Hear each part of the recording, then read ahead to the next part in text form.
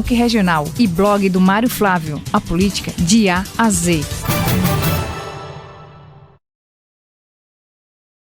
Ele está chegando por aqui, professor. Ontem, reforma tributária, pelo menos o texto foi aprovado em primeiro turno. Geralmente vem algumas emendas, né, no texto final. Mas o que representou isso na política? Bom dia. Olá! Bom dia, Mário. Bom dia aos ouvintes aqui do Manhã Cidade. Mário, foi importante. Aliás, já teve as duas votações, foi muito importante lá a votação, porque era uma reforma esperada há 30 anos. Agora, Mário, o que chamou a atenção foi que foram 382 votos no primeiro turno, contra 118 contrários, e desses, o PL foi em peso, compareceu, o Partido Liberal, e ainda assim 20 deputados do PL, Mário, acabaram votando com o governo, apesar do partido fechar a questão, né, contrário, né, à reforma tributária.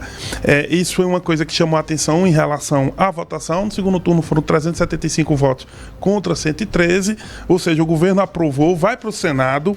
Agora, o que é que tem nessa reforma, Mário, que gera toda uma discussão, né? As novidades, basicamente, é o seguinte: eles vão agrupar alguns impostos, né? Tem o IPI e o CONFINS, vão ser agrupados no que a gente chamou de IVA federal, que vai ter o nome de CBS, Contribuição sobre Bens e Serviços.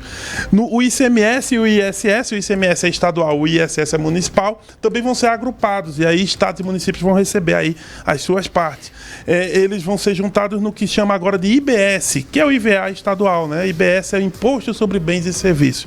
A ideia dessa reforma, pelo menos no papel, Mário, era, primeiro, desburocratizar, e segundo, organizar melhor a pauta tributária, que é um tormento para quem vai empreender, é um tormento para as empresas.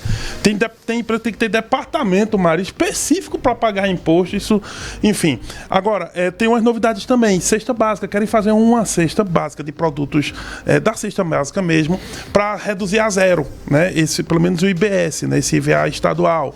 E agora vai depender de lei complementar, Mário, é outra lei para poder reforçar isso, já que isso era uma PEC. Também tem outras questões, por exemplo, vão permitir aos estados e municípios, Mário, criar o IPVA para jatinhos, lanchas e iates, que hoje, quem tem jatinho, quem tem lancha, quem tem iate, não paga IPVA, só quem tem carro. Mas aí, a reforma permite que os estados e municípios façam suas leis estaduais, por exemplo, né, aí, dizendo qual vai ser a alíquota de cada um desses veículos aí, se os estados quiserem. Então, embora tudo isso ainda tem destaques a serem votados na própria Câmara, Mário, e depois vai também para o Senado. No Senado também precisa de 3/5, Mário. Ou seja, 49 dos 81 senadores. Mas acredita-se que no Senado passa também. E aí você vê, né? Todo governo, quando chega, precisa tentar aprovar uma reforma logo nos seus 6 primeiros meses, né? Porque depois, Mário, o Congresso não vai ser tão dócil. Mesmo assim, o Lula liberou mais de 7,5 bilhões de emendas, chamadas até pela imprensa emendas PIX, né, Mário? Professor, e o PT não criticava tanto essa prática aí na campanha, que não ia fazer isso, e já tá fazendo a mesma coisa? Mário, o PT fazia isso antes do... Quem evitava fazer era o Bolsonaro. Bom, o PT sempre fez isso de algum modo, digamos assim, né? Sempre trabalhou com essa questão de distribuição de cargos, né? Foi o recorde, né? Agora, dessa vez, eles... 5 bilhões de emendas. 7,5. 7,5 bilhões. 7,5 bilhões. Sabe o que é? Olha, a nota que eu tô dizendo hoje. Daqui a 2, 3 anos, quando os tribunais de contas começarem a fiscalizar para onde estão indo essas emendas... Isso sim. Vai ser problema atrás de problema, porque isso sim. Assim, ó, usa como quiser. Esse é o ponto, né? Vai ser um rolo compressor de corrupção da peste. Saímos do orçamento secreto, que também era hiper problemático, para o velho modelo de liberação, quando o governo precisa aprovar grandes pautas, né? Então, esse modelo de como a gente vai fazer um modelo para que legislativo e executivo possam ter um entendimento sem conchavos, a gente ainda não sabe, Mário. Mas isso é pauta da reforma política também, né? E que é outra que... Essa aí eu acho que é muito difícil sair do papel. Mas esses são os dados. E um detalhe, Mário, é que essa reforma tão esperada, obviamente a comunicação do governo está fazendo toda uma comemoração e tal, e principalmente porque o ex-presidente Bolsonaro, né, se colocou contra. E quando ele se colocou contra, Tarcísio de Freitas que ficou meio que na bola dividida, Mário, porque ele acabou apoiando a reforma, e ficando um contrário, em certa medida, ao próprio ao partido, mas ao Bolsonaro. Teve um ouvinte que mandou até hoje, mas Tarcísio está muito preocupado. Para o ano ele muda de partido quando abrir a janela, foi até o André Teixeira. Eu disse, olha, eu discordo um pouco, porque Tarcísio não era ninguém.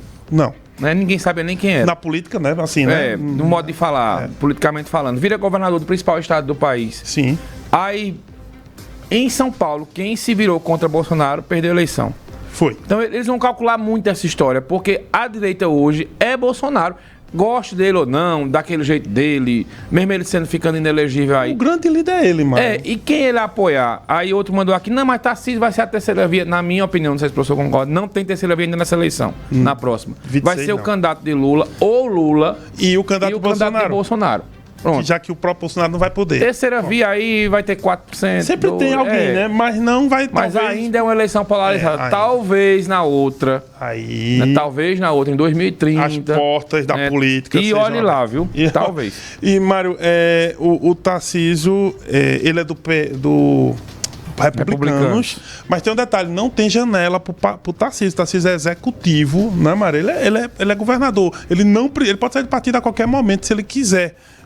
E aí, dependendo da conveniência dele, desde que seja até 6 meses antes da próxima eleição, se ele vier a se candidatar em qualquer cargo, inclusive o de reeleição. Beleza, professor. 11 horas. 11 horas a gente tem o Léo Bulhões, Mário, que é o presidente do PT aqui de Caruaru. Ontem tivemos o Arnaldo Dantas, né, do PV, e o Léo, assim como o Arnaldo, fazem parte da Federação Brasil Esperança, que é a do PT, PCdoB e PV.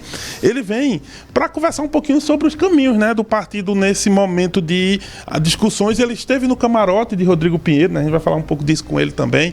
Ou seja, vamos entender o caminho do PV, aliás, do PT, porque já ouvimos o PDT com o Marco Casé, já ouvimos o PV com o Arnaldo Dantas.